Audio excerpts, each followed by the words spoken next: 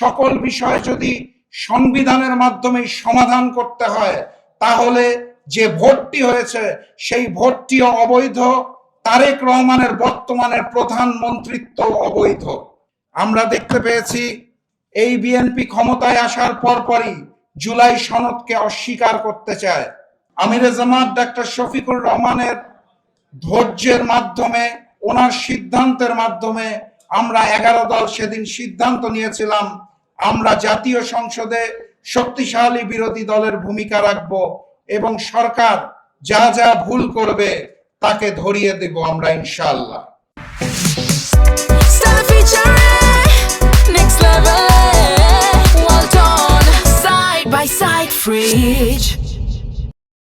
আমরা সেদিনে আমিরে জামাত ডাক্তার শফিকুর রহমানের নেতৃত্বে সিদ্ধান্ত গ্রহণ করেছি, আমরা প্রথমে ভুল ধরিয়ে দেব, আমরা প্রতিবাদ করব, তাতেও যদি সমাধান না হয় তাহলে ইনশাআল্লাহ প্রতিরোধ করা হবে।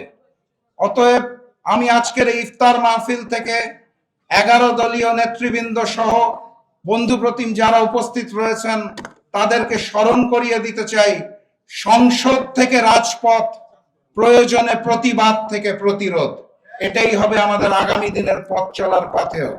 সম্মানিত সাথী এবং বন্ধুগণ, আপনারা জানেন বিএনপি ক্ষমতায় আসার পরপরই দ্রব্যমূল্যের ঊর্ধ্বগতি, সমঝোতার চাঁদাবাজি, দলীয়করণ প্রশাসনিকভাবে প্রত্যেকটা জায়গায় শুরু হয়েছে। আমরা দেখতে পেয়েছি তারা ক্ষমতায় আসার অল্প কিছু দিনের মধ্যেই হত্যা, ধর্ষণ, লীলা খেলা শুরু হয়েছে সেই অতীতের মতোই। এবং আওয়ামী লীগকে পুনর্বাসন করার জন্য বাংলাদেশের বিভিন্ন জেলায় আওয়ামী লীগের অফিস উদ্বোধন করে দেওয়া হয়েছে। এই নতুন গণতান্ত্রিক বাংলাদেশে এই নতুন বিএনপিকে আমরা আশা করি নাই।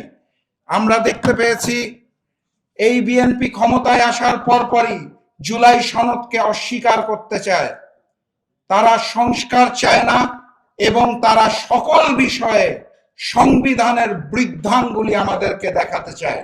আমি স্পষ্ট ভাষায় বলতে চাই, সকল বিষয় যদি সংবিধানের মাধ্যমে সমাধান করতে হয়, তাহলে যে ভোটটি হয়েছে সেই ভোটটিও অবৈধ, তারেক রহমানের বর্তমানের প্রধানমন্ত্রিত্ব অবৈধ।